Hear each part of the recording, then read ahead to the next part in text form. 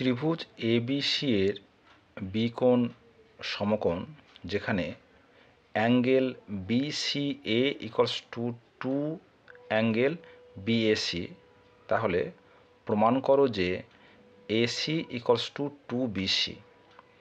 তাহলে এবিসি হচ্ছে একটা সমকোণী ত্রিভুজ এবং তাদের যে দুটি সূক্ষ্মকোণ তাদের মধ্যে যে সম্পর্ক সেটা হচ্ছে angle BCA equals to 2 into angle BAC, তাহলে একটা অপরটার দ্বিগুণ। তাহলে আমাদের প্রমাণ করতে হবে যে এসি অতিভুজ সেটা বিসি এর দ্বিগুণ। প্রথমে ছবিটা আঁকি।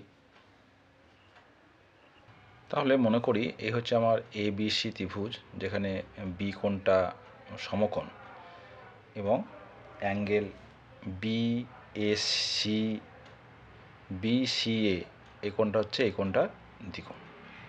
তাহলে প্রমাণ করতে হবে যে এসি ইকুয়ালস টু 2 বিসি। তাহলে আমাদের যেটা দেওয়া রয়েছে যে প্রদত্ত ত্রিভুজ এবিসি এর অ্যাঙ্গেল বি হচ্ছে 90 ডিগ্রি এবং angle BCA equals to 2 angle BAC. তাহলে প্রামাণ্য এসি ইকুয়ালস টু 2 বিসি। এখানে একটা জিনিস লক্ষ্য করে দেখো যে আমরা জানি যে সমকোণী ত্রিভুজের যে তোমার পরিকেন্দ্র সে কিন্তু কি থাকে না অতিভুজের উপর অবস্থিত হয়। তার মানে সমকোণী ত্রিভুজের যে পরিবৃত্ত তার যে ব্যাস একটা ব্যাস হবে অতিভুজ। অর্থাৎ তাহলে এটা যদি সেই সমকোণী ত্রিভুজের পরিকেন্দ্র হয় তাহলে ডিএ ইকুয়ালস টু ডিসি এবং যেহেতু এ বিসি তিনটেই বৃত্তস্থ মানে একটি বৃত্তের ওপর আছে তাহলে ডিবি সেও কিন্তু এসি বা এডি বা ডিসির সঙ্গে সমান হয়ে যাবে। এটা কিন্তু আমরা কাজে লাগাবো। ঠিক আছে, তাহলে আমরা মনে করি বা অঙ্কন যে এসি এর মধ্যবিন্দু ডিবি যুক্ত করা হলো। এবার হচ্ছে প্রমাণ।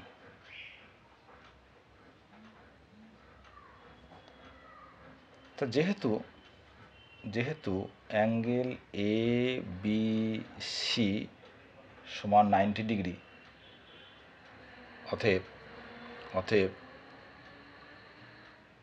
ডি হলো ত্রিভুজ এ বি সি এর পরিবৃত্তের ব্যাস। এই ডি হলো পরিবৃত্তের কী হবে কেন্দ্র, পরিবৃত্তের কেন্দ্র এবং এসি হলো একটি ব্যাস। ঠিক আছে, তাহলে আমরা বলতে পারি অতএব AD equals to DC equals to DB. তাহলে আমরা জানি যে কোনো ত্রিভুজে যদি দুটি বাহু সমান হয় তাহলে তাদের বিপরীত কোণগুলো কিন্তু সমান হয়। তাহলে যেহেতু এই ডিসি ইকুয়ালস টু ডিবি, তাহলে বলতে পারবো যে ত্রিভুজ ডিবিসি এর অ্যাঙ্গেল ডিবিসি সমান ডিসিবি, এটা আমরা এখানে বলতে পারছি। আচ্ছা, এবার দেখো আমাদের যেটা দেওয়া রয়েছে যে angle C A equals to 2 angle B A C, এটা আমার দেওয়া আছে। এবং আমরা জানি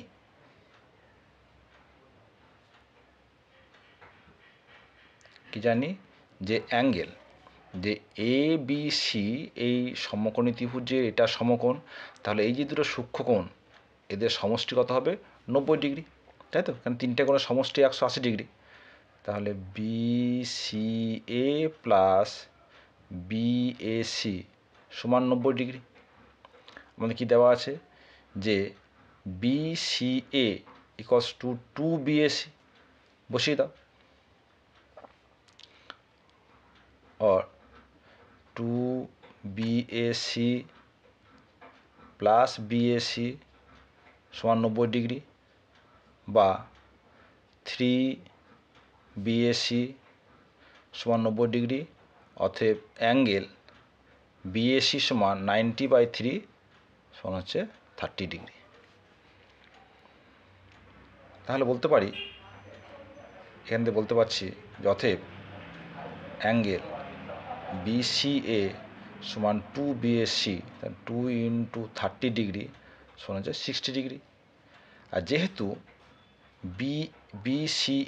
BCA মানে হচ্ছে অ্যাঙ্গেল BCD, আমরা আগেই প্রমাণ করেছি যে angle BCD equals to DBC। অতএব DBC ইকুয়ালস টু 60 ডিগ্রি। তাহলে এখান থেকে বলতে পারি যে ত্রিভুজ DBC থেকে পায় যে angle BDC equals to 60 degree. কেন? এই কোণটা 60, এটাও 60, তাহলে 60 + 60 120, তাহলে যে রিমেনিং অ্যাঙ্গেল সেটাও কিন্তু হয়ে যাচ্ছে 60। তাহলে এই যে ত্রিভুজ DBC এর তিনটে কোণই হচ্ছে 60 করে, তার মানে এর ত্রিভুজটা কী হয়ে গেল?